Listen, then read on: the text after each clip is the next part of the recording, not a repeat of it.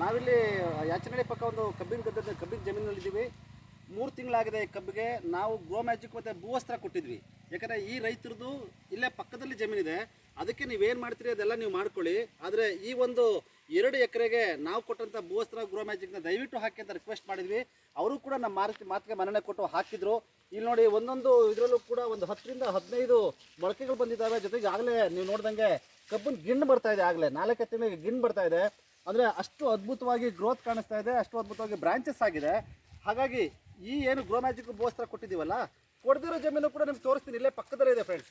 ಹಾಗೆ ಒಂದೇ ಒಂದು ಸೆಕೆಂಡ್, ನಾನು ಪಕ್ಕದ ಜಮೀನು ಅವ್ರದ್ದು ಭೂವಸ್ತ್ರ ಗ್ರೋ ಮ್ಯಾಜಿಕ್ ಕೊಟ್ಟಿಲ್ವಲ್ಲ, ಆ ಜಮೀನು ಕೂಡ ನಿಮ್ಗೆ ತೋರಿಸ್ತೀನಿ. ಅದನ್ನು ನೀವೇ ಕಣ್ಣಾರೆ ನೋಡ್ಬೋದು.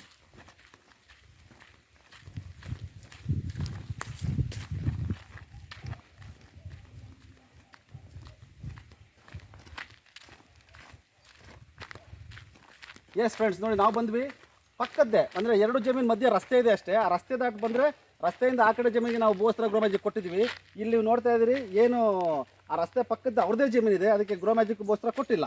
ಇವ್ರಿಗೆ ಹೇಳಿದ್ವಿ, ನೀವೇನು ರೆಗ್ಯುಲರಾಗಿ ಏನು ಫರ್ಟಿಲೈಸರ್ ಹಾಕಿ ಮಾಡ್ತೀರಿ ಅದನ್ನೇ ಮಾಡ್ಕೊಳ್ಳಿ, ಇದನ್ನು ನೀವು ರೆಗ್ಯುಲರ್ ಮಾಡೋಂಥ ಫರ್ಟಿಲೈಸರ್ ಹಾಕಿ ಮಾಡೋಂಥ ಮಾಡ್ಕೊಳ್ಳಿ ಅಂತ ಹೇಳಿದ್ವಿ. ಅದನ್ನು ಮಾಡಿದ್ದಾರೆ ಅವರು.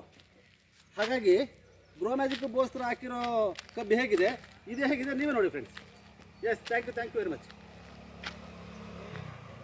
2 ನಿಮಿಷ ಆಯಿತಾ?